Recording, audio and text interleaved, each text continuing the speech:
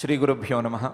శ్రీకృష్ణ పరమాత్మ మనందరికీ శ్రేష్ఠులైన వారు సవ్యమైన దారిలో నడుచుకుంటూ ఉండాలి. వారిని చూసి సాధారణ ప్రజానీకం ప్రేరణను పొందాలి. ఈ లోకంలో సర్వశ్రేష్ఠుడైనటువంటి నేనే సాధారణ ప్రజానీకానికి అందుబాటులో, సాధారణ ప్రజలకు లాగానే నేను కూడా సత్కర్మాచరణ చేస్తూ అందరినీ ఆ మార్గంలో ప్రోత్సహిస్తూ ఉన్నాను.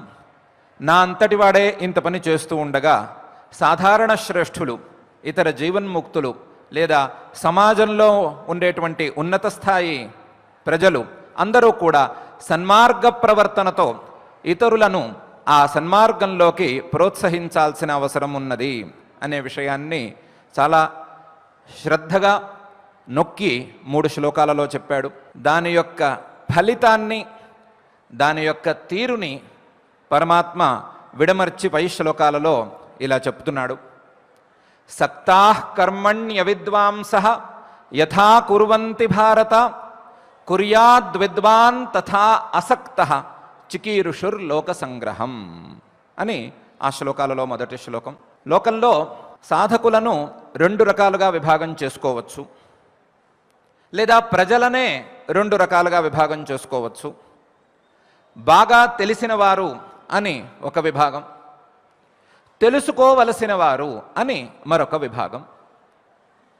బాగా తెలిసిన వారు ఏ విధంగా ప్రవర్తించాలి అంటే, సక్తాః కర్మణ్య విద్వాంసః యథా కుర్వంతి భారత కుర్యాద్విద్వాన్ తథా అసక్తః అనే విధంగా ప్రవర్తించాలి.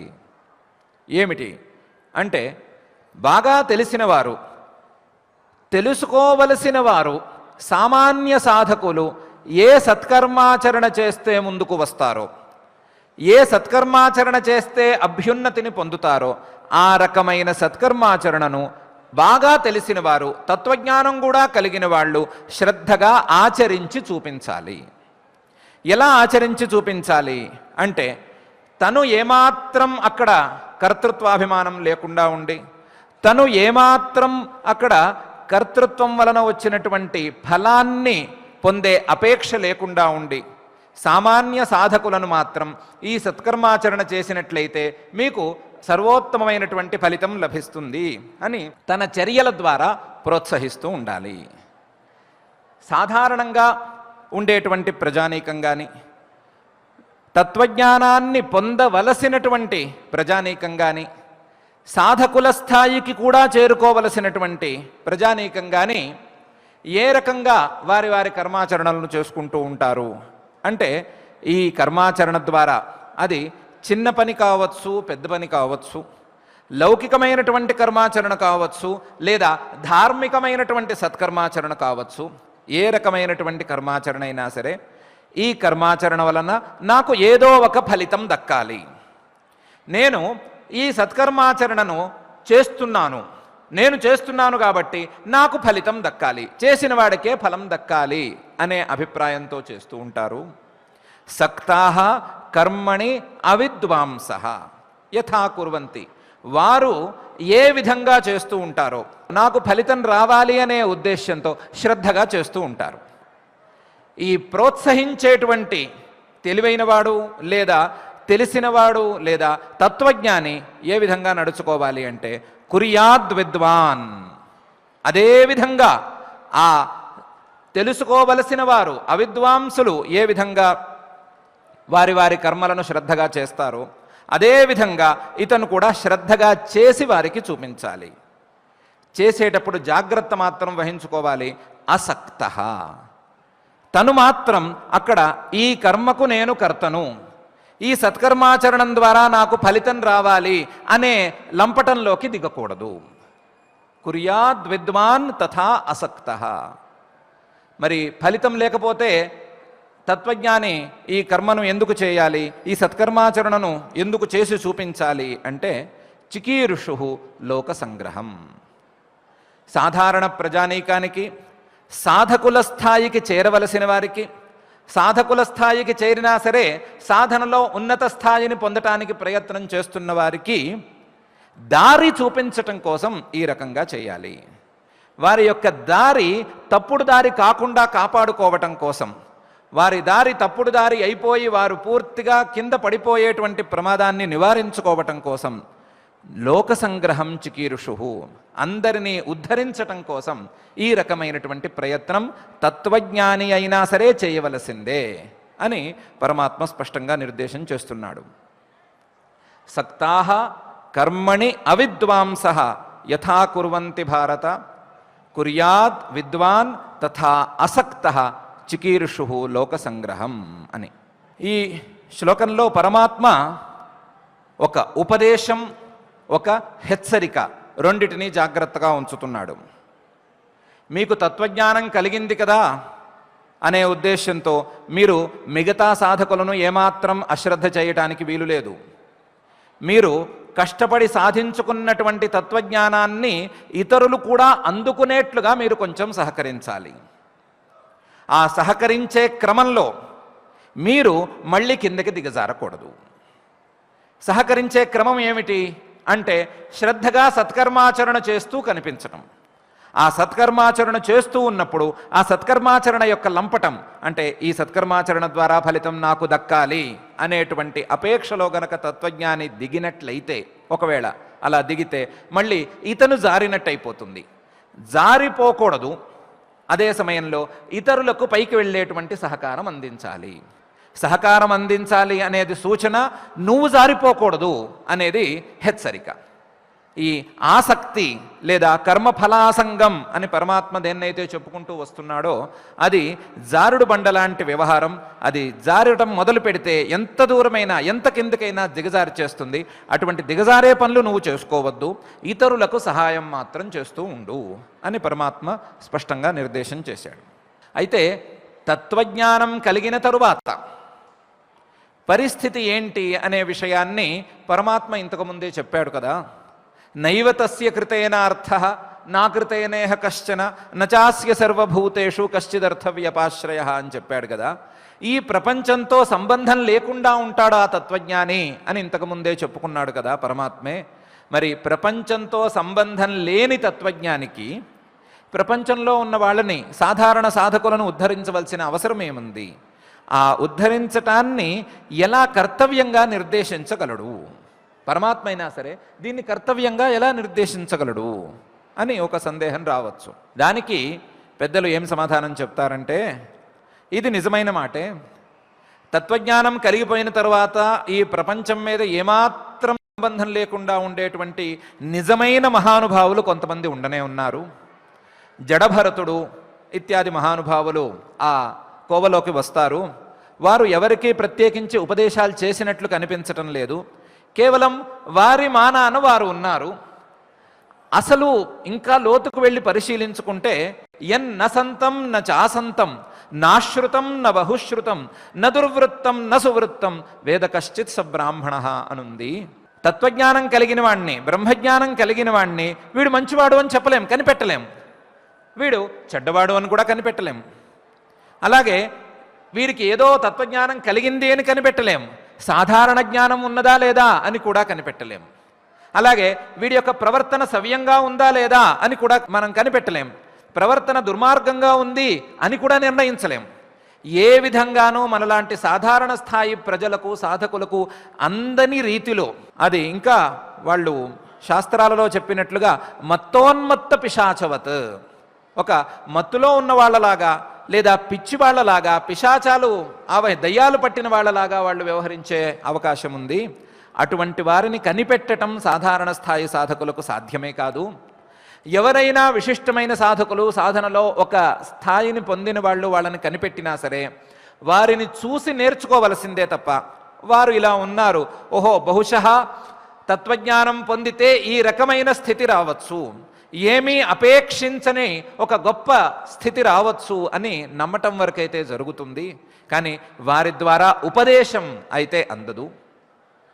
కానీ కొంతమంది సిద్ధులు మాత్రం ఈ కోవలోకి కాకుండా, నేను చాలా కష్టపడి కింద నుంచి, కింద స్థాయి నుండి పైకి వచ్చాను కదా, ఇలా కింద స్థాయి నుండి పైకి వచ్చిన నేను కింద స్థాయిలో ఉన్న వాళ్ళకి కాస్తైనా సహకారం చేస్తే బాగుంటుంది కదా, నాలాగా ఇతరులు కూడా దీనివల్ల లాభం పొందుతారు కదా, అందువలన వాళ్ళు లాభం పొందేలాగా నేను ఏమైనా చేయవలసిందే, వాళ్ళు లాభం పొందే విధానాలను ఏదో దాన్ని వెతుక్కోవలసిందే అని కొంతమంది సిద్ధులు భావిస్తూ ఉంటారు.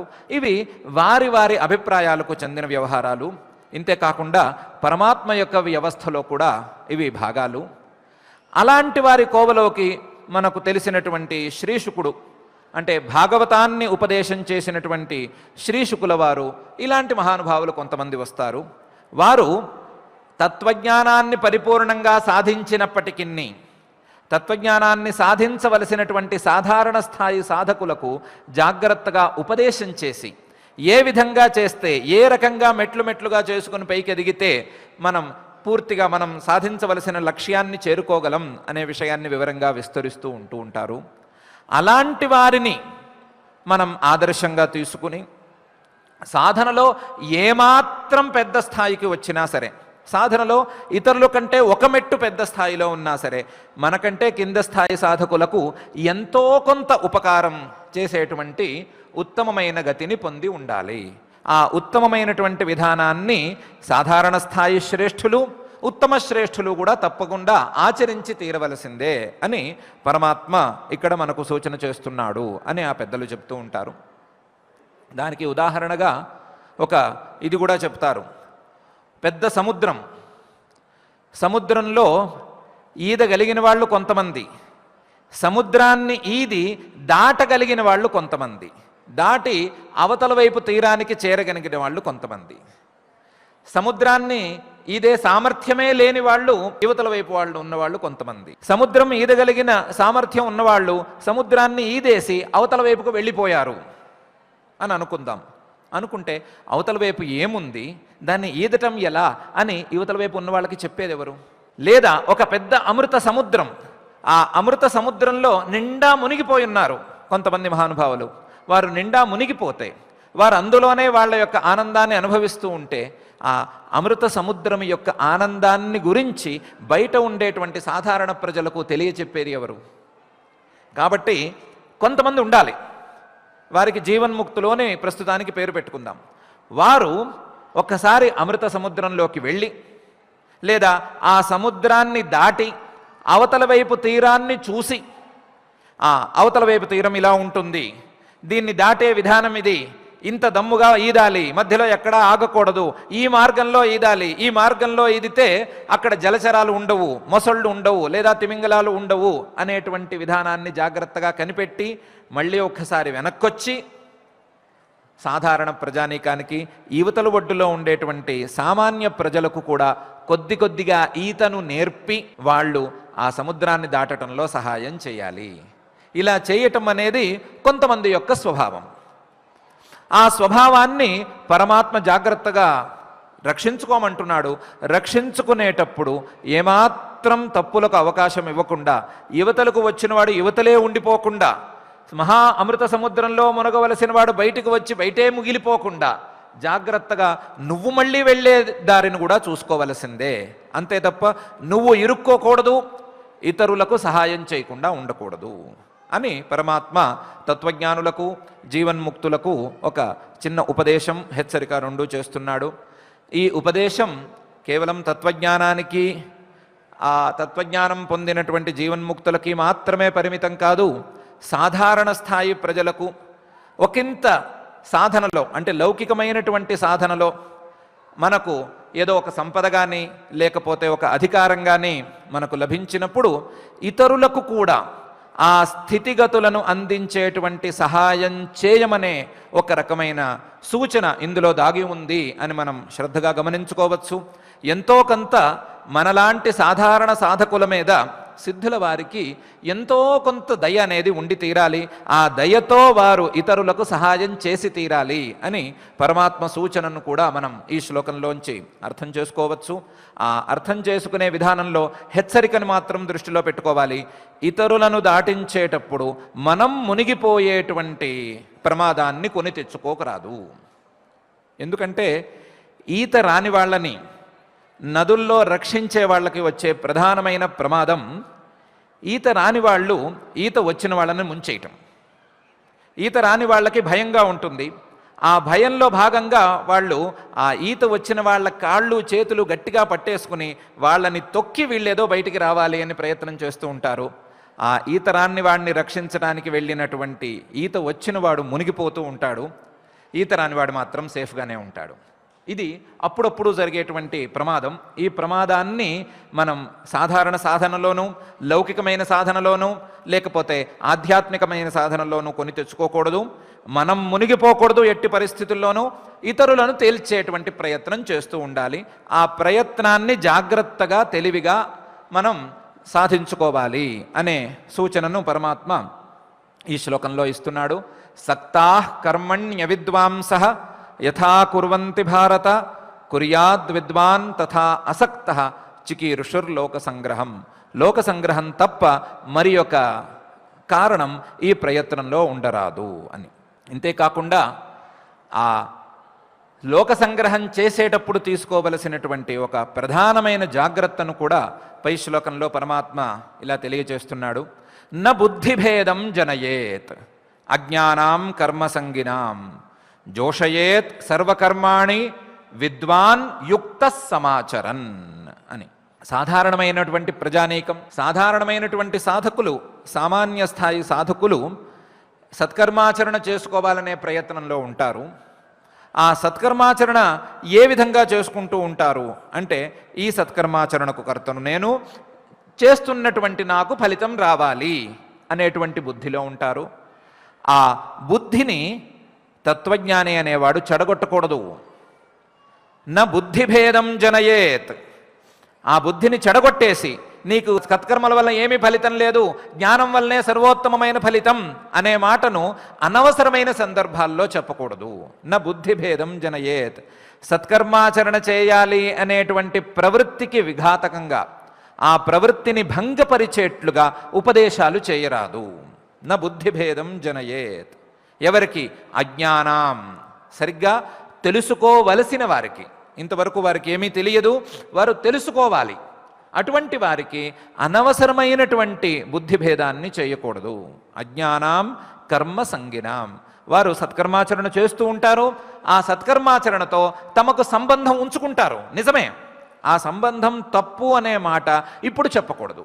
వారు సత్కర్మాచరణ చేస్తూ ఉండగా వారికి ఆ విషయం చెప్తే అర్థమవుతుంది అనే దశ వచ్చినప్పుడు జాగ్రత్తగా ఎంత కావాలో అంత చెప్పాలే తప్ప ప్రారంభంలోనే చెప్పేసి వాళ్ళని భయపెట్టకూడదు, వారిని ఇటు అటు కాకుండా చేయకూడదు. న బుద్ధిభేదం జనయేత్ అజ్ఞానాం కర్మ సంగినాం. మరైతే ఏం చేయాలి అంటే, జోషయేత్, వారికి ఆ సత్కర్మాచరణ ప్రీతి కలిగేట్లుగా, సత్కర్మాచరణ మీద ప్రీతి కలిగేటట్లుగా చేసుకోవాలి. ప్రీతి కలిగేట్లుగా ఏం చేయాలి అంటే, సర్వకర్మాణి విద్వాన్ యుక్త సమాచరన్ జోషయేత్. సత్కర్మాచరణలన్నీ ఏమీ వదిలిపెట్టుకోకుండా జాగ్రత్తగా తను ఆచరిస్తూ వారికి కూడా ఆ సత్కర్మాచరణ మీద ప్రీతి కలిగేటట్లుగా చేయాలి. వారికి కూడా ఆ సత్కర్మాచరణ చేసి తీరాలి అనే ఉత్సాహం కలిగేటట్లుగా చూసుకోవాలి. వారిని ప్రీతిపూర్వకంగా ప్రేరేపించాలి. సత్కర్మాచరణ మీద ప్రీతి కలిగి ఆ ప్రీతిపూర్వకంగా వారు సత్కర్మాచరణ చేసేట్టుగా ప్రోత్సహించాలి. ప్రోత్సహించటం అంటే తొయ్యటం కాదు అని ముందే అనుకున్నాం కదా.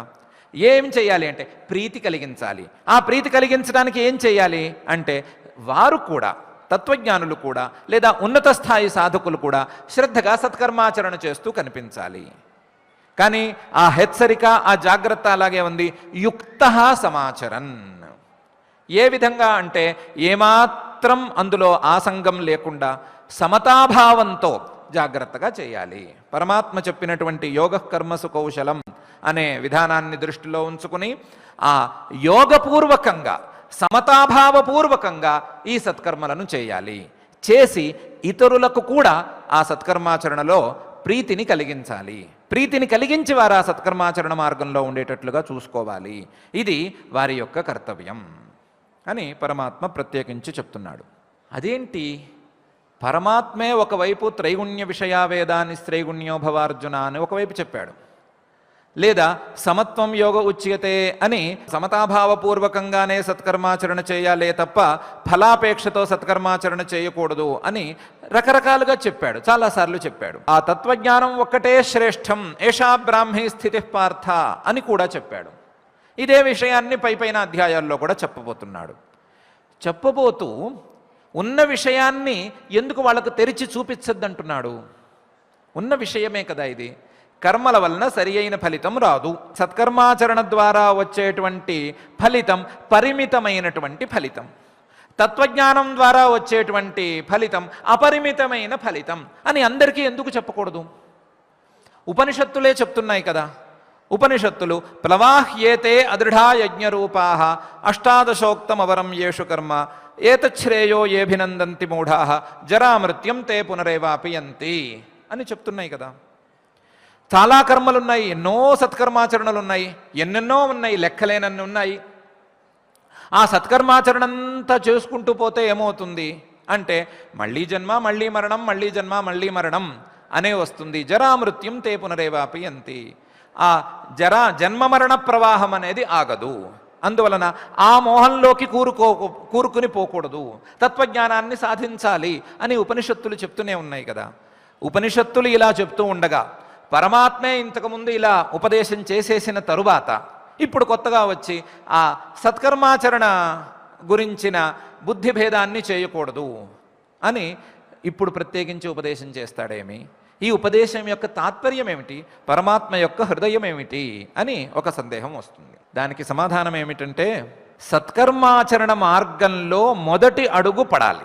మొదటి అడుగు పడాలి అనంటే సాధారణంగా ఆలోచించుకుంటే ఏ పని చేయాలన్నా మనం ఆలోచించేదేమిటి అంటే ఈ పని చేస్తే నాకేం ప్రయోజనం, ప్రయోజనం అనుద్దిశ్య న మందోపి ప్రవర్తతే. ఎంత తెలివి తక్కువ వాడైనా సరే తనకు ప్రయోజనం లేకపోతే ఏ పని చేయటానికి ఉత్సాహపడడు. మరి ప్రయోజనంతోనే ఒక పని చేయటం, ప్రయోజనంతోనే సత్కర్మాచరణం చేయటం, ఒక ప్రయోజనం సిద్ధిస్తేనే పని చేస్తాను అని అనుకోవటం అనేది సాధారణ మానవుల యొక్క అభిప్రాయంగా లేదా సంస్కారంగా దృఢంగా పడిపోయిన తర్వాత మీకేం ప్రయోజనం లేదు అంటే ఏం చేస్తారు అంటే మానేస్తారు. ప్రయోజనం లేదు అంటే చేయవలసింది అదే, మానేస్తారు. మానేస్తే ఏమవుతుంది? ఏ పని జరగదు. ఈ లోక సంగ్రహం లేదా ఈ లోక రక్షణ, లోకంలో ఏ వ్యవహారము నడవదు. జీతము ఇవ్వను అని తేల్చి చెప్పిన తర్వాత ఉద్యోగంలో పనిచేసేవాళ్ళు ఎవరు?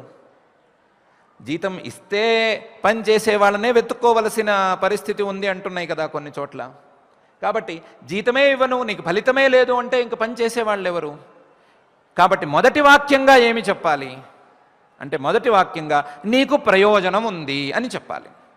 ప్రయోజనం ఉంది అని చెప్పిన తర్వాత వాడికి సత్కర్మాచరణ అలవాటు అయిపోయిన తర్వాత, సత్కర్మాచరణ ద్వారా మనస్సు ఎంతో కొంత శుద్ధపడిన తర్వాత నువ్వు సత్కర్మాచరణ ఎందుకు చేస్తున్నావు అని ఒక్కసారి ఆలోచించుకోమని చెప్పాలి.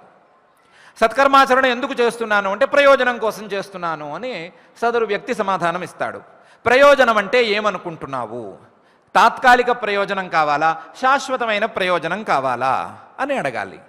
ప్రతి వాళ్ళు ఇచ్చే సమాధానం శాశ్వతమైన ప్రయోజనం కావాలి అని. శాశ్వతమైన ప్రయోజనం కావాలి అంటే ఇంకో మహోన్నతమైన మార్గం ఉంది అని మాట చెప్పాలి. ఆ మహోన్నతమైన మార్గం ఏమిటి? జ్ఞాన మార్గం.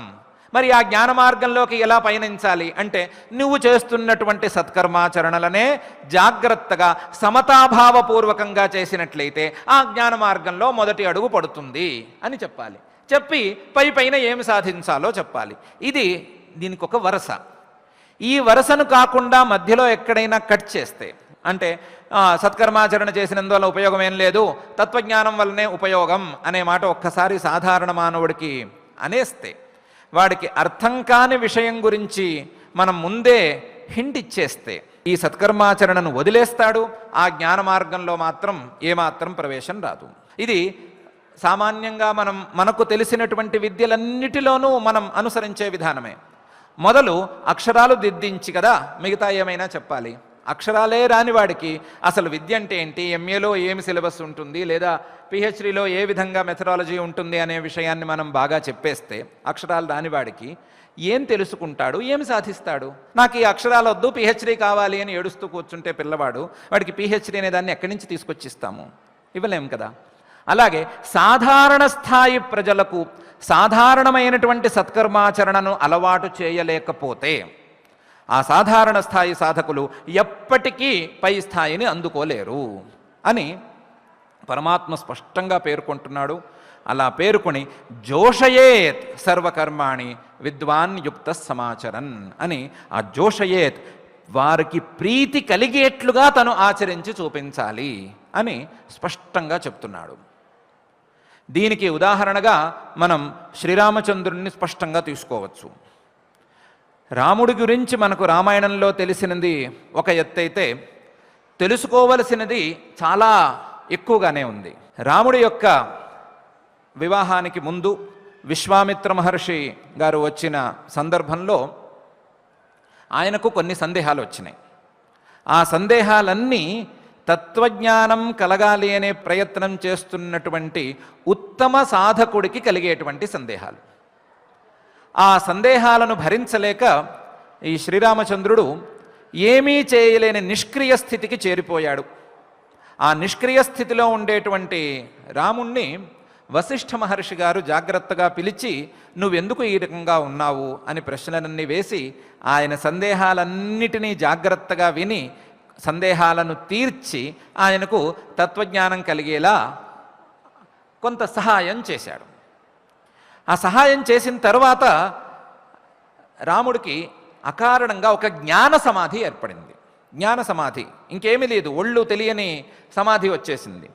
ఆ వచ్చిన సందర్భంలో వశిష్ఠ మహర్షి గారు ఆ సమాధిని ఒప్పుకోలేదు. నీకు ఇది యోగ్యమైంది కాదు, నీ అవతార ప్రయోజనం కూడా ఇది కాదు.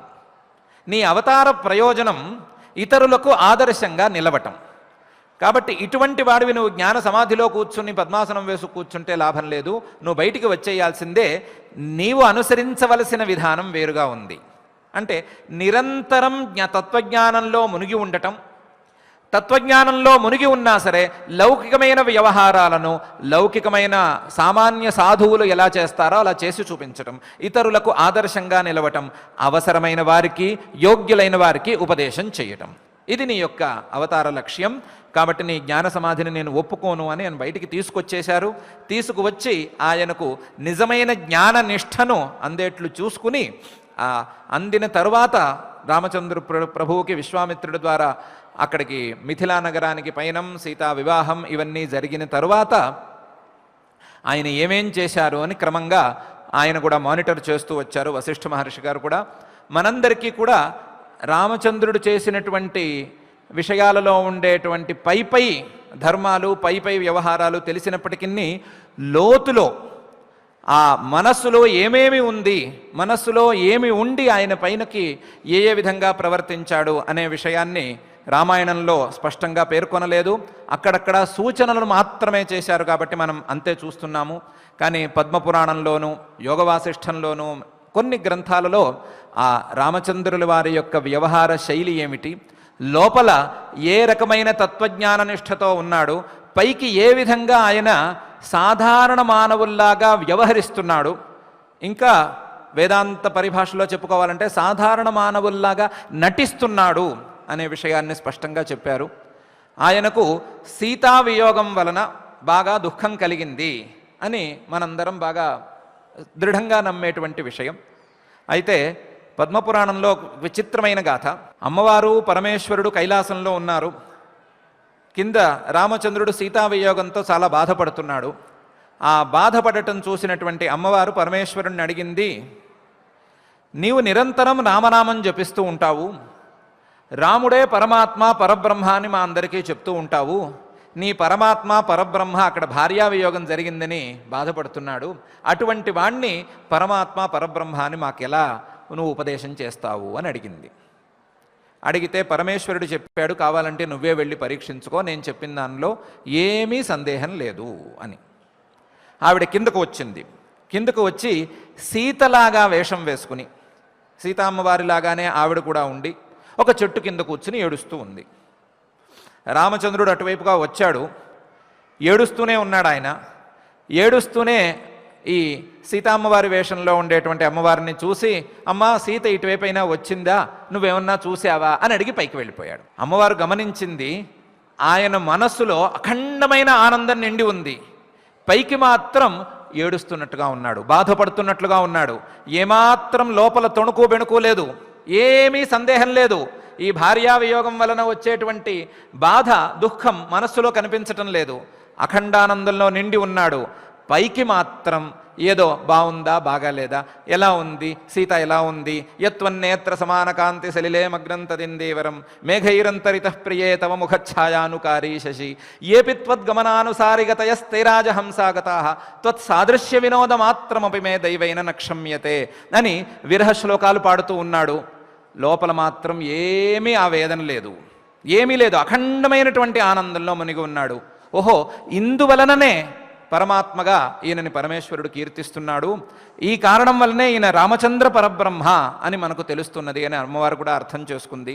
కేవలం లౌకికంగా స్త్రీ రక్షణ ఎలా చేయాలి, స్త్రీని ఎలా రక్షించుకోవాలి, తన భార్యను తనే గెలుచుకున్నప్పటికీ తన తండ్రి అనుమతి ద్వారానే ఎలా వివాహం చేసుకోవాలి, తన తండ్రి అనుమతి ద్వారా వివాహం చేసుకున్నటువంటి స్త్రీని ఎన్ని కష్టాలు వచ్చినా సరే, ఎన్ని సముద్రాల అడ్డం వచ్చినా సరే, ఎన్ని తలలున్న రాక్షసుడు తీసుకువెళ్ళినా సరే, కేవలం పరాక్రమంతో, మానుష ప్రయత్నంతో, ధర్మబలంతో ఎలా గెలవాలి అనే విషయాన్ని చూపిస్తూ, పితృవాక్య పరిపాలనను శ్రద్ధగా ఎలా చేయాలి, ఎంత గొప్పవాడైనా సరే, ఎంత పరాక్రమం ఉన్నవాడైనా సరే పితృవాక్య పరిపాలనను ఎలా చేయాలి అనే విషయాన్ని నిరంతరం చూపించుకుంటూ ఆ రామచంద్ర పరబ్రహ్మ అడిగిన వారికి, యోగ్యులైన మహర్షులకు, ఆంజనేయ స్వామి వారికి, ఇతరులకు కూడా వేదాంత తత్వోపదేశాన్ని చేస్తూ, యోగ్యులైన వారికి మాత్రమే ఆ విషయాన్ని సీమితం చేసుకుంటూ, ఇతరులకు కేవలం సన్మార్గ ప్రవృత్తిలో ఉదాహరణగా నిలుస్తూ ఎలా లౌకికమైనటువంటి సాధువులకు ఉపకారం చేశాడో అదేవిధంగా ఇతరులు కూడా, ఇతర సాధువులు కూడా ఇతరులకు ఆదర్శంగా నిలిచి ఉపకారం చేయవలసిందే. ఆ ఆదర్శంగా నిలిచి ఉపకారం చేసే క్షణంలో ఏ దశలోనూ వారు తొట్టుపాటు పడకూడదు, వారు కిందకి జారే పరిస్థితి ఉండకూడదు.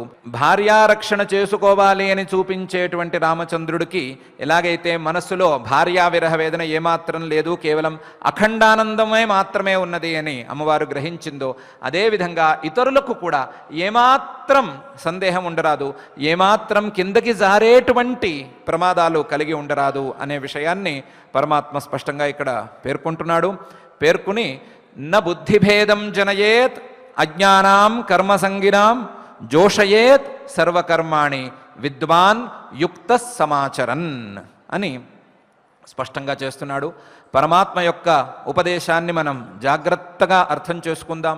అర్థం చేసుకుని సాధారణ స్థాయిలో ఉన్నప్పటికీ మనం మనకంటే కొంచెం తక్కువ వారు ఎవరైనా ఉన్నా, వారు లౌకికంగానైనా సరే మరొక విధంగానైనా సరే కొంచెం తక్కువ వారు ఎవరైనా ఉన్నా సరే, మనం జారిపోకుండా వారికి సహాయం చేసేటువంటి ఉన్నతమైనటువంటి ఆశయాన్ని కలిగి ఉందాం. అటువంటి ఆశయాన్ని నిరంతరం మనసులో ఉంచుకుని ఆధ్యాత్మికంగా కానీ మరొక విధంగా కానీ మనం ఎంత పైకి ఎదిగినా దాన్ని నిలబెట్టుకునేటువంటి ప్రయత్నం చేద్దాం.